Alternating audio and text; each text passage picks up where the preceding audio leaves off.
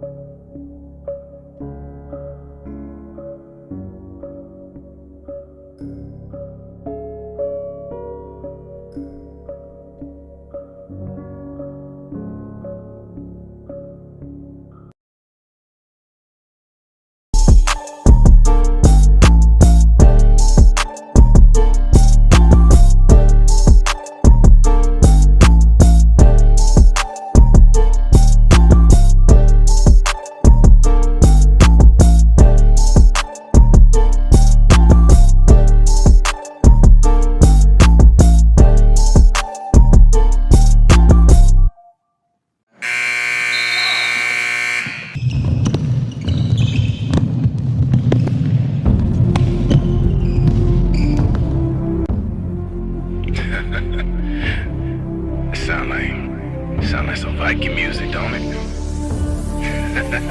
Yeah, gotta get it out the mud, that's the only way to win. Who am I to point the finger like I never ever seen? Been through the ups and downs like the letter N. They don't let you through the door, better kick that again. Cause that's the only way to win. That's the only way to go. Gotta get it out the mud, gotta get it out the flow. Cause that's the only way to go, let's go.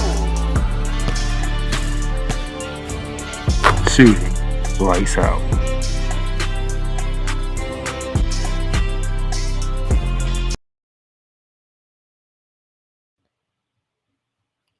Let's go. Yes, your boy is back. Your boy's in the building. And it's season 3 of Shooting Lights Out. Finally finna talk some basketball now. I know. I'm sorry. I'm late. I'm getting on my basketball game. My bad. Took a break. Took a longer break than I wanted to. But, things happen and whatnot. But, hey, it's all good because I'm here. We're almost in the month of February. And we're gonna be in the stretch run to March Madness for the college basketball men's and women's. But I'm here and I'm ready to talk some basketball. It's been a while. It's been a long time. Last time I talked basketball, the New York Liberty took home the WNBA championship, which made me so very happy. Haven't talked NBA, haven't talked college ball, haven't. I doubt. But now I'm getting back into it. So thank y'all for joining me in season 3 to begin season 3 of Shooting Lights Out here.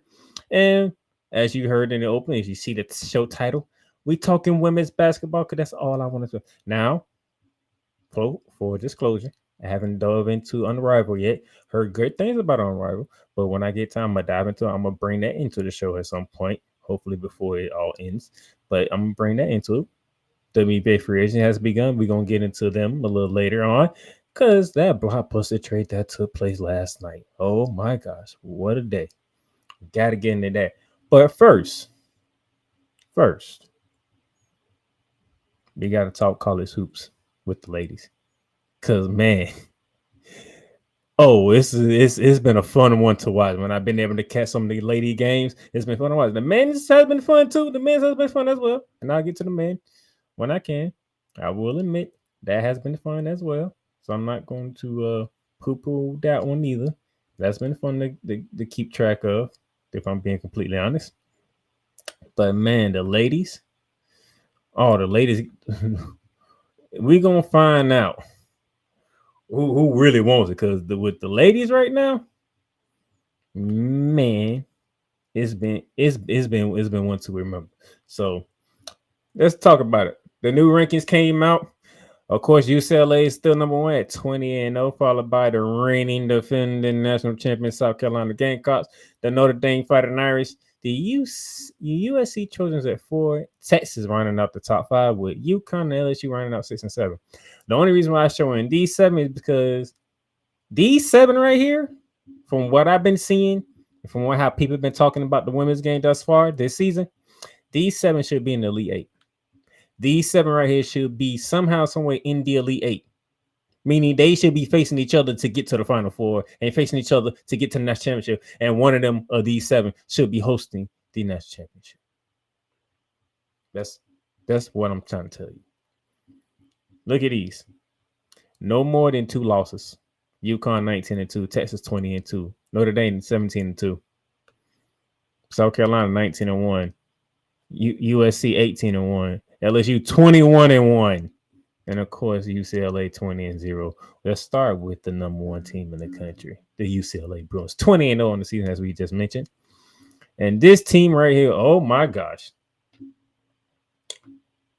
Since y'all like to do comparison, allow me to do one on my own. This UCLA team, it's pretty much it's the South Carolina team on the West Coast. That's what UCLA is. They the South Carolina team on the West Coast. And speaking of which, they beat South Carolina early in the season, back in November, and they beat them by 15. 15 points, 77-62. They are built exactly like South Carolina. They have the bigs inside. They have the guards. They play some hell of a defense. They are built basically how Don Staley built South Carolina. This team right here, that's why they are 20-0. And when they got their 20 win, it was just yesterday when they went to Maryland and dominated the second half against Maryland. Came out 5-point lead for the Bruins going to start the second half, and then 26-14 in the third quarter blew the game open, and Maryland had no chance after that. That's why you see the big right margin of victory for UCLA. They dominate you in the second half. Where we listened to South Carolina last year, right? Dominate you in the second half. First half, you might hang around. But when that second half hit and Don Staley makes adjustments, oh, you're done. And this is exactly how UCLA is doing. You may hang around in the first half, but once that second half hit, it is over. And that's the number 18 Maryland we're talking about that they did too in Maryland's own building. These girls are not playing. And Loyd bets, try stopping her 21 points a game, shooting 64% from the field, giving you basically 10 rebounds a game, giving you 2.5 to 3 assists a game with 3 blocks. So she know how to get it done inside on the post, and when you double her, she can pass it out 1 hour. Dude, against Maryland, they sent the trip between her. As soon as she caught the ball, she knew who to throw it to right away. Threw it right in the corner, a 3-pointer. Bam! Right then and there. Gave them a double-digit lead. And I was like, yeah, this UCLA team ain't nothing to play with. Lauren Betts knows how to play the game inside and out. She knows when it's time to get her teammates involved. That's why she's almost at 3 assists a game as a big girl. I want to say big man, but we're talking lady, so that's the big girl inside. She giving you 3 blocks too, meaning she's on the defensive man. She's protecting the rim. She's protecting the basket. So yeah, UCLA is the team to beat in college basketball right now. They already beat South Carolina. They proven they can beat South Carolina. They're the team to beat in the women's game thus far right now.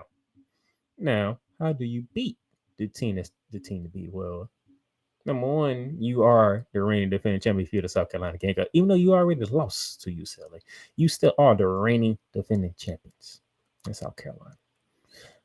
19-1 on the season. Only 1 loss, a UCLA loss.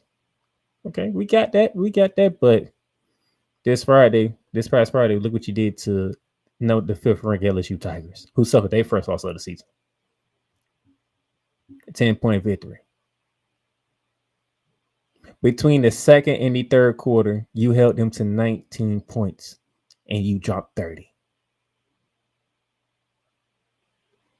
That's the difference right there.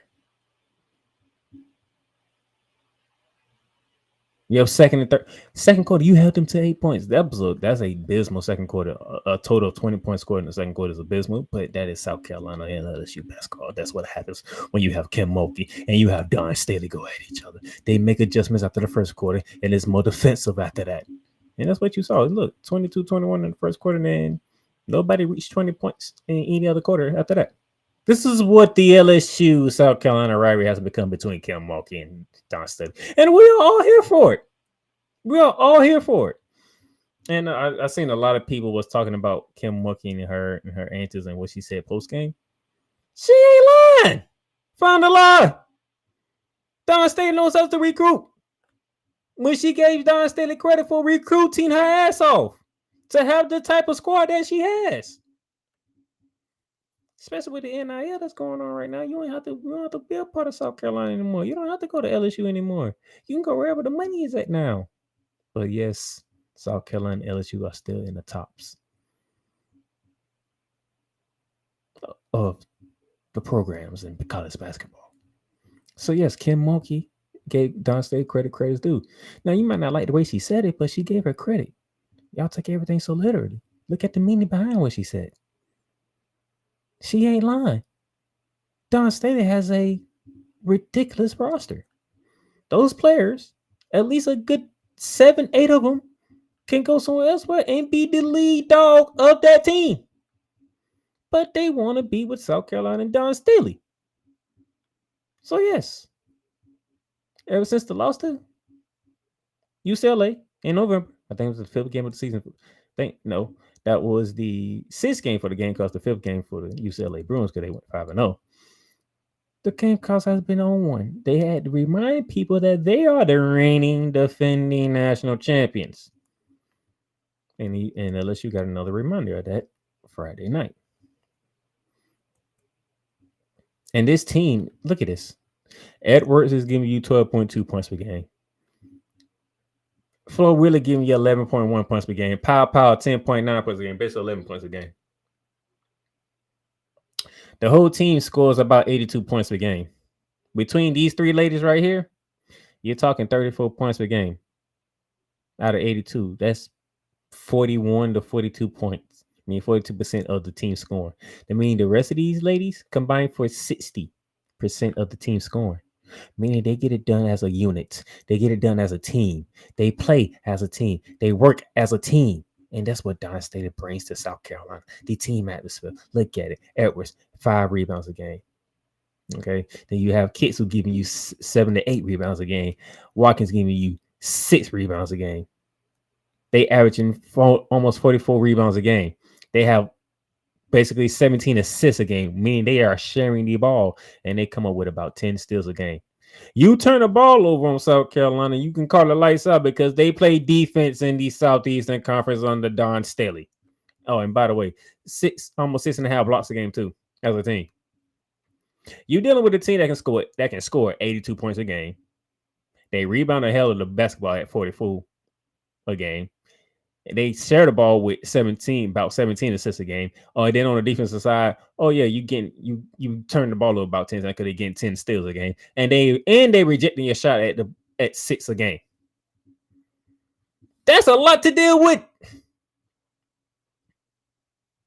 So yes, if you want to know as of right now, the Playmaker's first statement from the Playmaker when it comes to college basketball for men and women.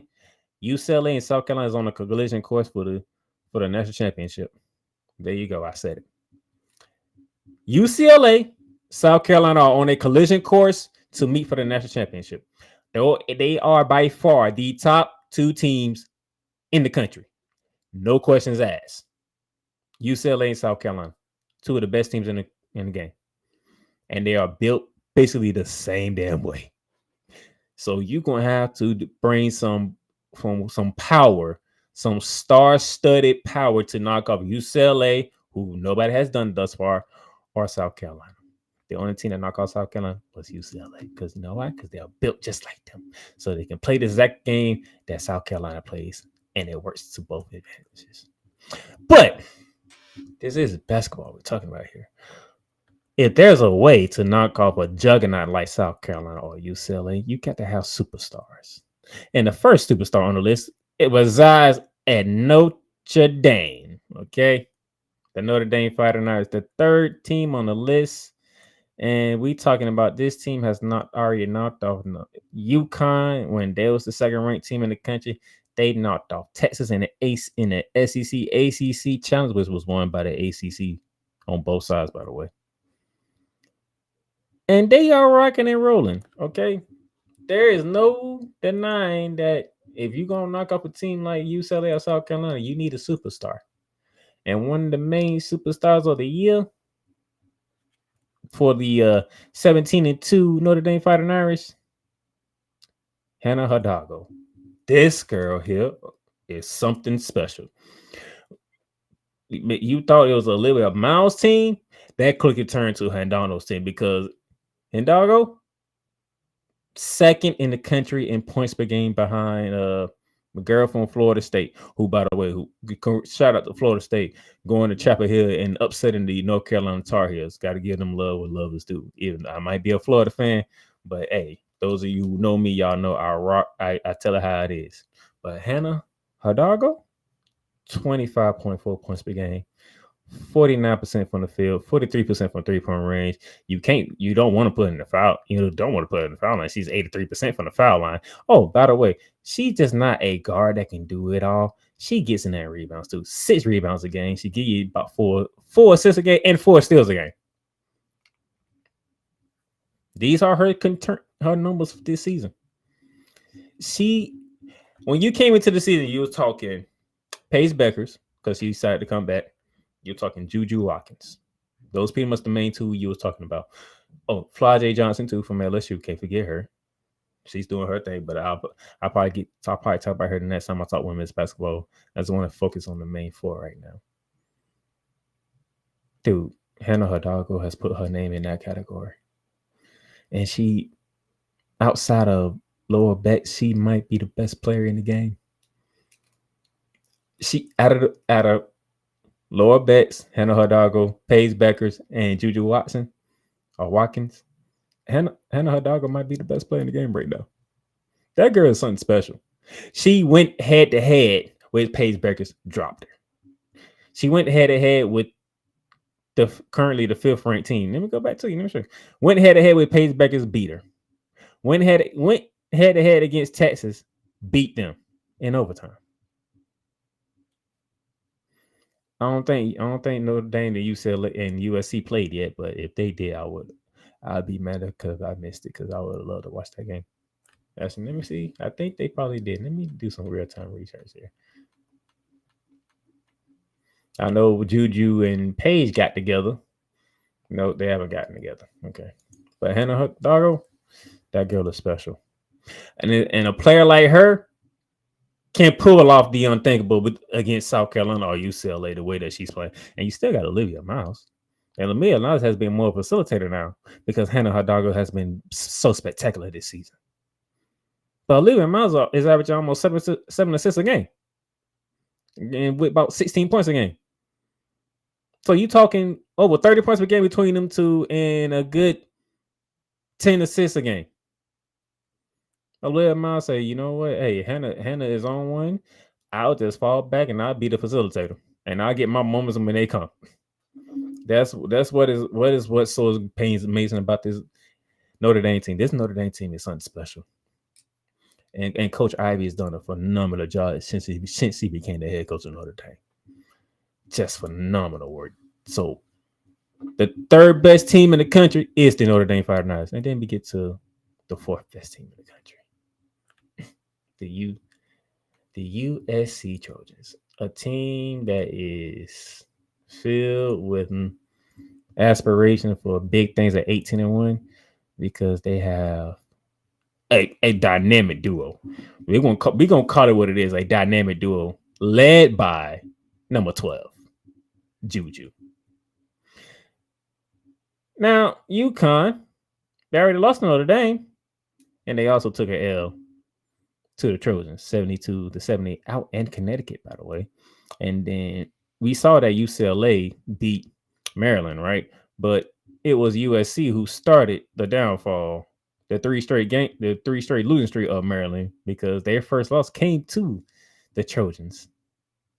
Both teams have 14 wins each, and USC was the one who got the 15 win first against Maryland. But Juju Watkins, what can be said that was not already been said about her?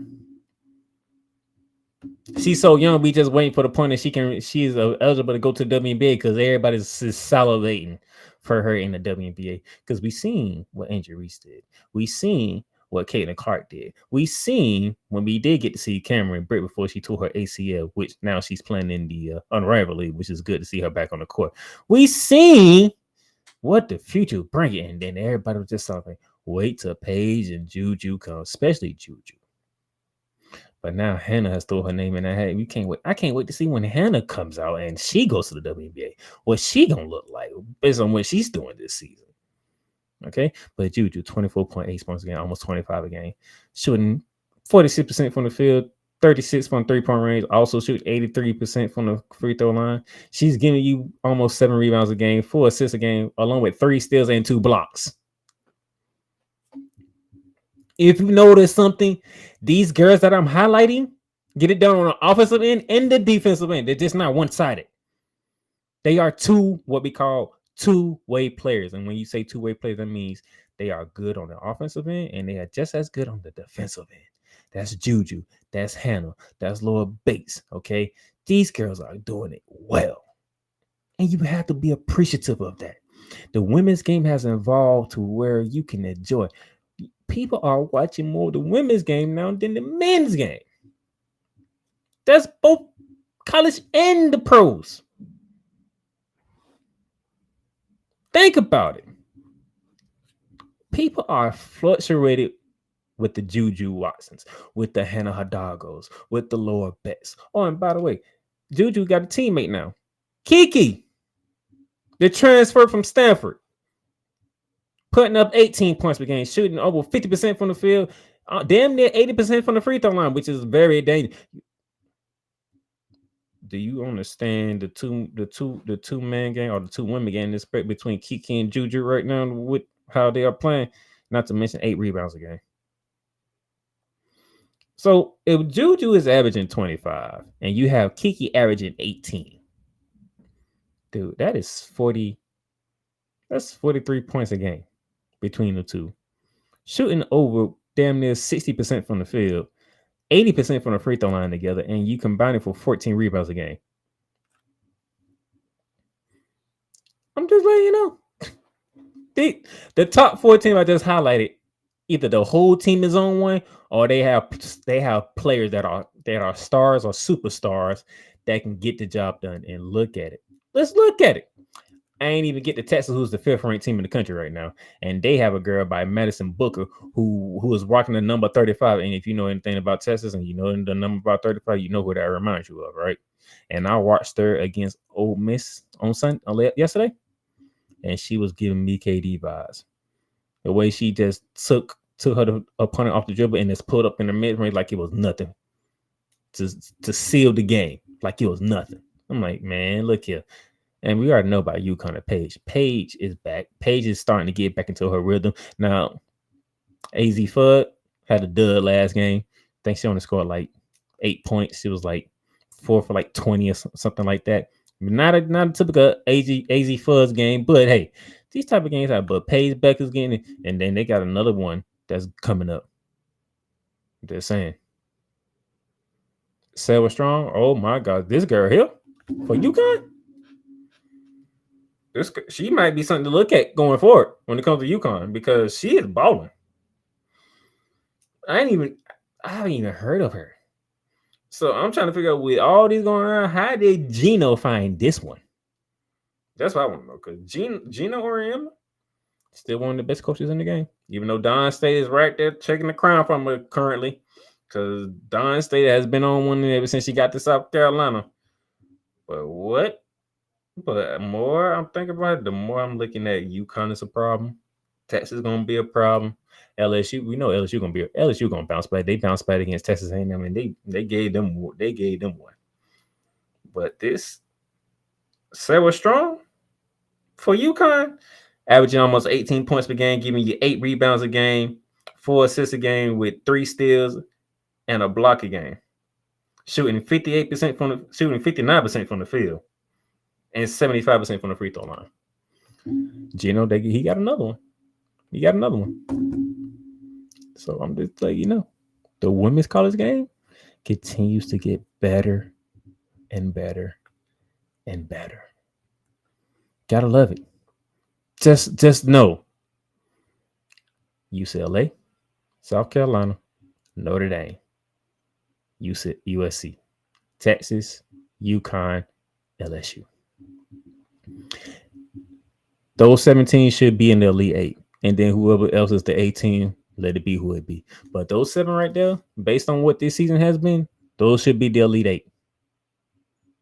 If none of these teams make it to Elite 8, then something happened down the road from this point forward before we got there. But outside of that, those are the 7 teams that's offered. And the Final Four, why not UCLA, South Carolina, USC, and Notre Dame? Because them 4, they got this. They either got the team that is built correctly in South Carolina and UCLA, or they got the superstars like the Hannah Hardogas, the Juju Watkins, and it's gonna be something going down the stretch here as we get close to February. And you know when February hits, we getting into championship week, conference championship tournaments. It's gonna be fun to watch. So stay with it. Just letting you know, stay with it. All right, we're gonna take a break here, and then when we come back, a big old trade happened in the WNBA, and you know we gotta talk about it. Be right back.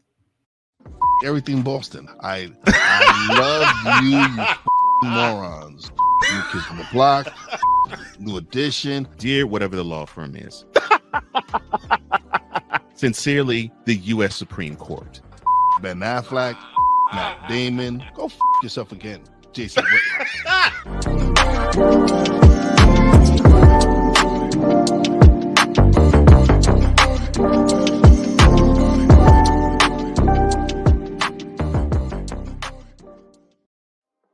In a world where chronicles of the past are brought to the streams, whether the content is relatable or completely beyond your realm of life, there is no shadow of a doubt that this show is absolutely full of shenanigans. Get ready for D. Willie in the evening, this Sunday at 10:05 p.m. Eastern, exclusively on Sertoba Media, where the struggle is real to be awesome.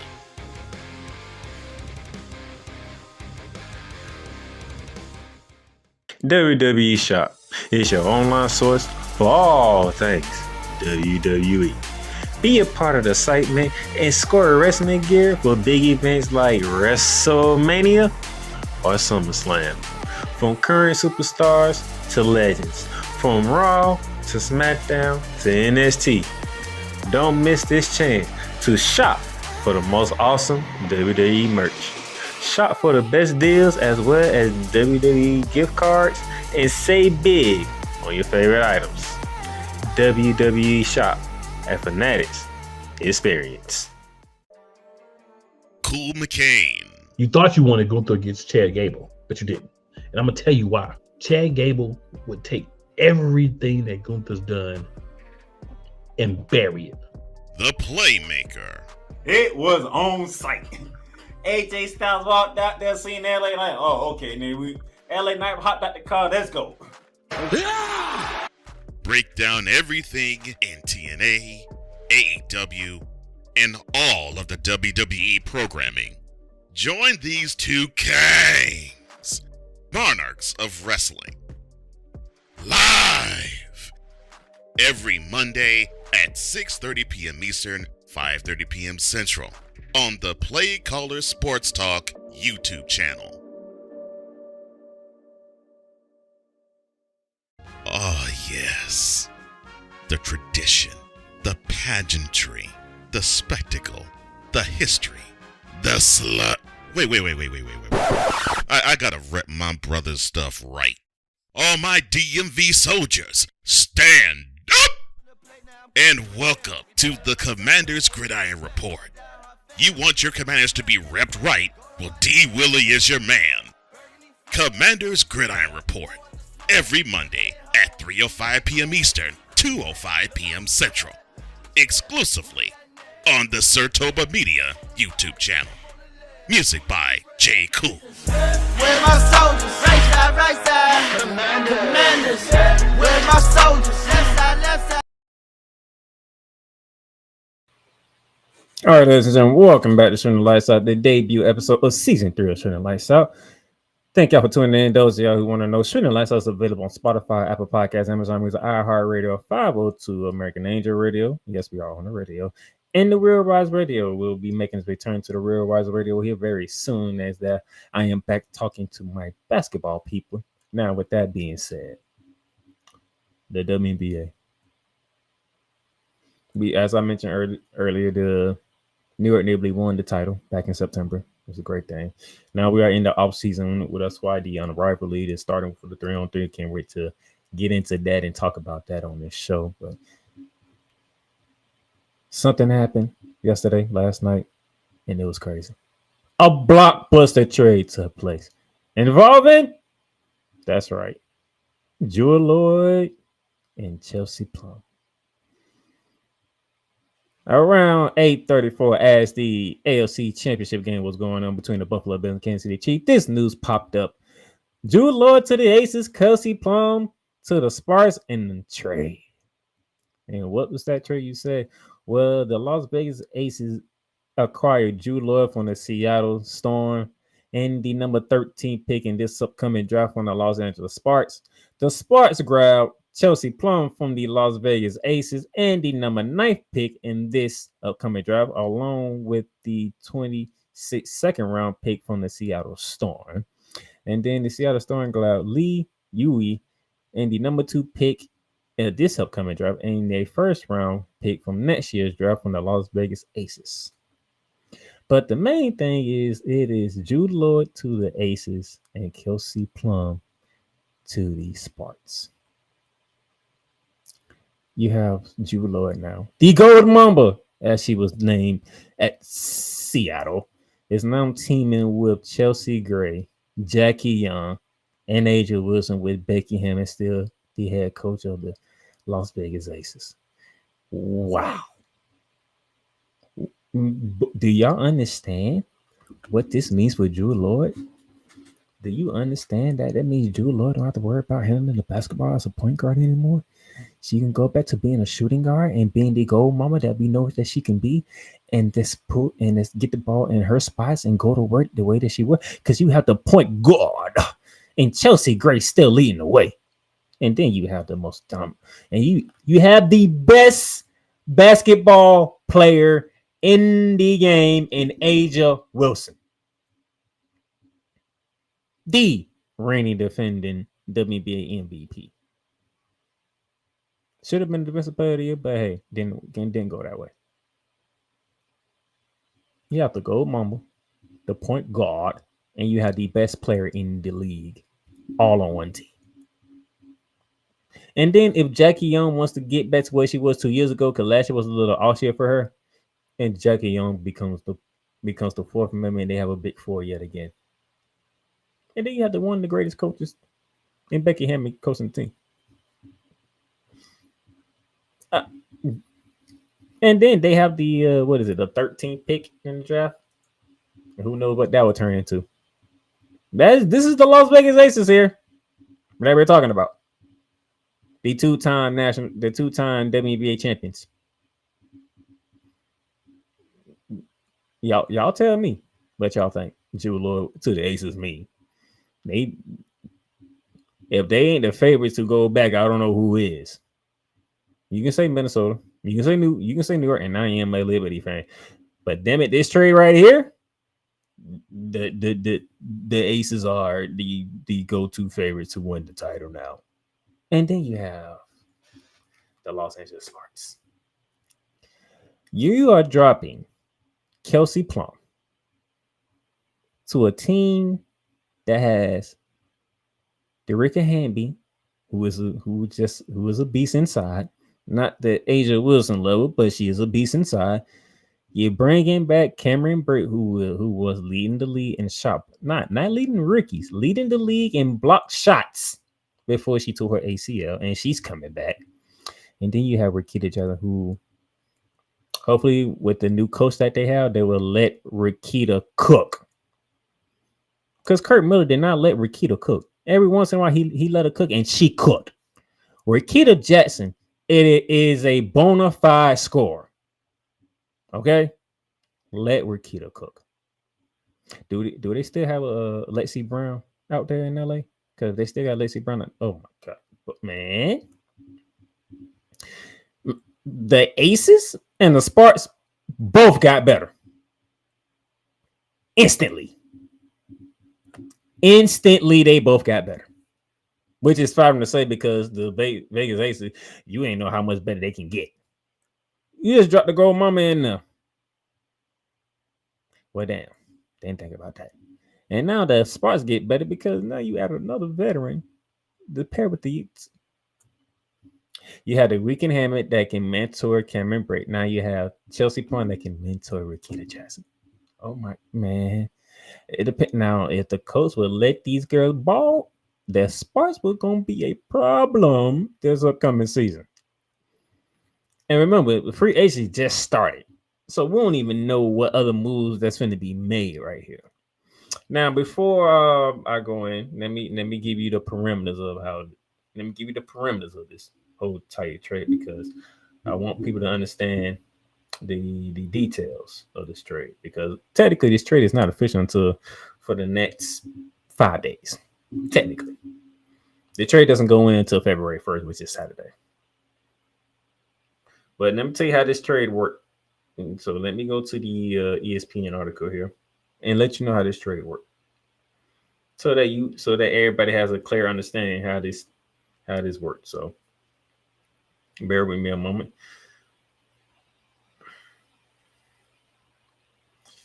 Now it says the deal cannot be official until February 1st, this Saturday, because it involves a signing trade for Plum.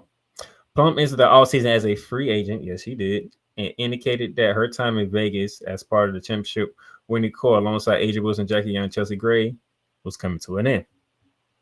The Aces used their core designation on Plum, so the only way for her to change team was via a trade, but she had to sign off on the deal, which she did. She joins LA on a one-year deal, but hopes to stay with the Sparks beyond 2025, beyond this year.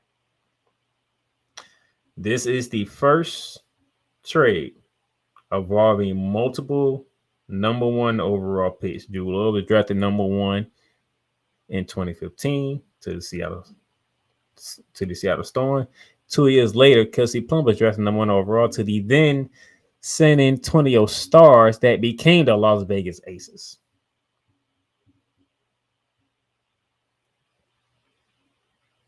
So yes, when we say blockbuster trade, that's what we mean, and that's what it was. This was a enormous trade that helped both the Aces and the Sparks. When you lose somebody like Kelsey Plum, replace it with somebody like Jewell. It doesn't hurt the team. When you're the LA Sparks and you had the season that you had, and you got to get a new coach, and you drop in a Kelsey Plum, you instantly get better, just like that. So if you're in the Western Conference, the Minnesotas is a team you got to deal with who just came into the finals, lost to New York. The two-time WNBA champions in the Las Vegas Aces. And now the LA Sparks continuously to make moves to get better. That's 3 teams right there. I ain't even talking about what's going. I ain't even talking about the Phoenix Mercury and what they're going to do with Diana Taurasi and Brittany Griner. Okay. They ain't even talk about, some of the other teams in the West. But right now, Minnesota, Las Vegas look like the top 2 teams in the West. And the Sparks trying to get themselves into that mix of being top contenders in the WNBA altogether. This is going to be lovely. Oh, man. Got more offseason moves to make, though, because I think they got to sometime in February, maybe March, to do some things. Then you have to draft in March. And then when May gets here, it's the WNBA season. So, but as we get closer to the WNBA season, I'll start previewing more of the season itself, and then talk more about every other team. But I can't do the first episode of season 3 and I'll talk about that trade. You just can't do that. So there you go, man. The debut episode of season 3 for Shooting Lights Out. Had to talk women's basketball, man, because women's basketball is taking over. If we're gonna be honest, let's be honest. Women's basketball is on an upcoming tick, and I'm here for it. I love watching the ladies ball. They behind on college and in the WNBA. And like I said, once I start being able to get involved into the rivalry, I'll definitely be talking about that. So, with that being said, that would do it for the first episode of Shooting Lights Out season 3. Thank y'all for tuning in. Thank you for watching our Playmaker Ball Network YouTube channel. And I'm looking forward to get back into my basketball talk. And when I get to the men's, I got a friggin' fire I need to hand out. That's for sure. Look forward to that. But until then, deuces. You've done good. You've done great. But you can't stop here. You can't stop now. You gotta keep going. Through all your trials and your tribulations, you gotta keep pushing. Now, finish your canvas. Yeah, gotta get it out the mud, that's the only way to win. Who am I to point the finger like I never ever seen?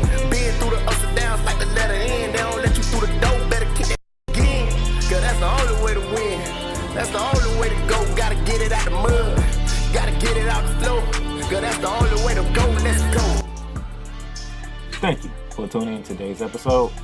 If you want to follow the podcast, you can follow it on all streaming platforms, including Apple Podcasts, Google Podcasts, Spotify, Stitcher, and a whole lot more. This has been Shooting Lights Out. Masterpiece.